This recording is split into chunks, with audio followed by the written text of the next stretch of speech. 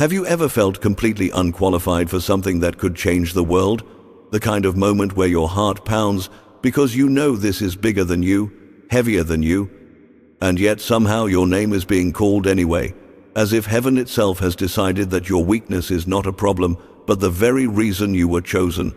Because that is exactly where this story begins, not with a king on a throne or an army on the march, but with a young man standing in the quiet, ordinary days of life, when suddenly the voice of the living God breaks through history and says that before he was formed in the womb, he was known.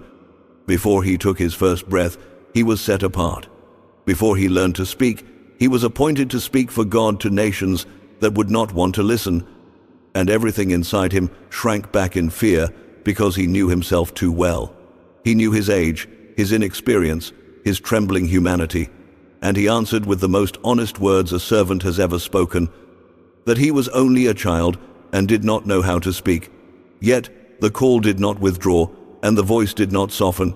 Instead, it carried both authority and tenderness, commanding him not to say he was too young, and promising that he would go wherever he was sent and speak whatever he was commanded.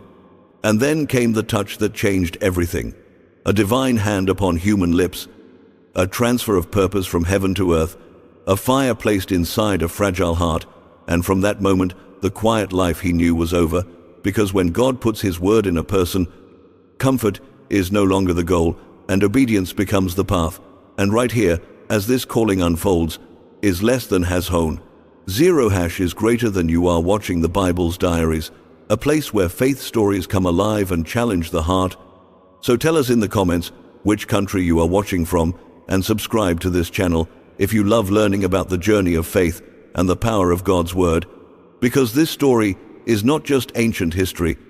It is a mirror for every soul that has ever felt small while standing in the shadow of a great calling.